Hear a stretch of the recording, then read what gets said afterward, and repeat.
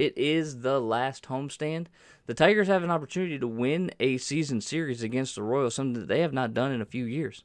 Right now in the season, we're 7-9 against the Royals. You sweep the Royals and go 9-3 in your last 12. Holy cow! Could you imagine? You sweep the Royals, and you have won a season series.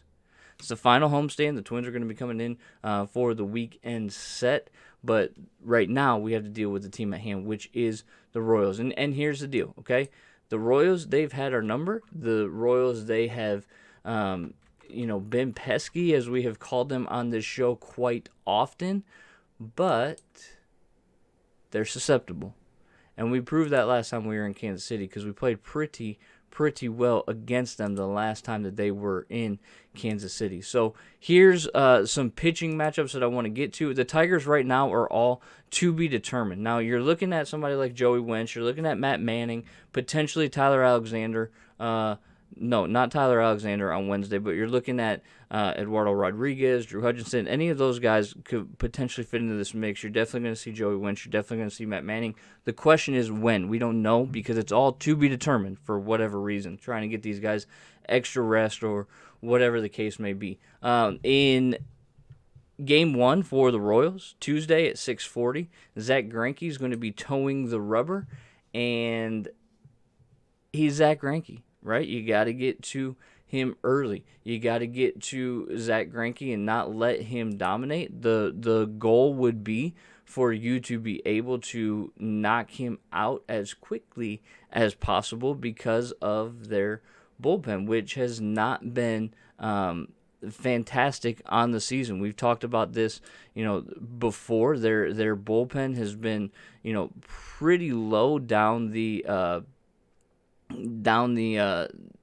leaderboards. It's something to write home about, and so it's definitely one of those situations where you want to get to that 27th ranked bullpen. They're just not good, so get there as quickly as you can.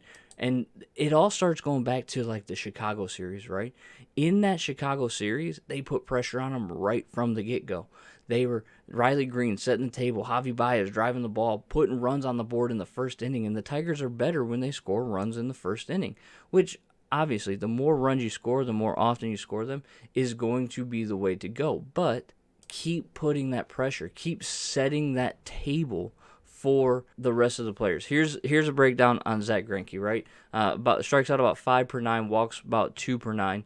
He has a 3.14 batting average on balls in play. He's got a 4.21 ERA and a 4.13 FIP. So not a lot of bad luck, good luck as far as his pitching has gone. And the key is going to be for the Tigers to get to him early. On Game 2, in Wednesday, 6:40, Daniel Lynch is going to be facing off again against to be determined. Lynch on the season has strikes out about 9 per 9 innings, walks almost 4 per 9 innings, has a 3.38 batting average on balls in play, a 5.06 ERA, and a 4.56 WHIP. It's again, the Tigers have gotten to him previously when he faced the Tigers last, September 9th. He only went 3 2/3 innings, gave up 6 earned runs. I mean, the Tigers have seen him before. The game before that, when he faced the Tigers on the 9th, he only went 5 innings, gave up 4 earned runs. So in his last 2 starts against the Tigers, runs. Make sure that you're taking that specific game plan to Daniel Lynch again to make sure that you are getting, again, to that terrible bullpen that they have because they're not good. The key, though, is going to be Game 3 against Jonathan Easley, who's 4-8 with a 4.87 ERA on the season. He walks about 4 per 9 inning, strikes out about 6 per 9 inning, has a 2.66 ERA. Not ERA, 2.66 batting average on balls in play. He's got a 4.87 ERA with a 5.42 WHIP, which indicates that he's actually gotten a lot luckier in the way that he has pitched than his ERA would indicate. Last time out against the Tigers, he only went 4 innings with 7 earned runs.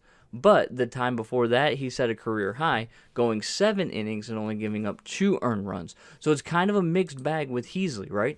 You got to get to him again like you did in Kansas City. Don't go out there and let a pitcher who has not pitched well dominate you.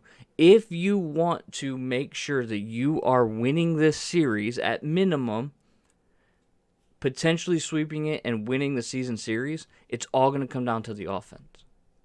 Can you put the ball in play against 3 pitchers who have, not been great? 3 pitchers who, Greinke's Greinke, right? I don't want to, mess with him, but you're missing Brady Singer, which is huge.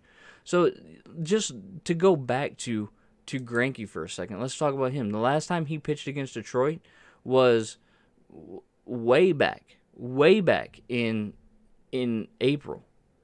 2 earned runs over 5 1/3 innings pitched. No other time have we seen him this season.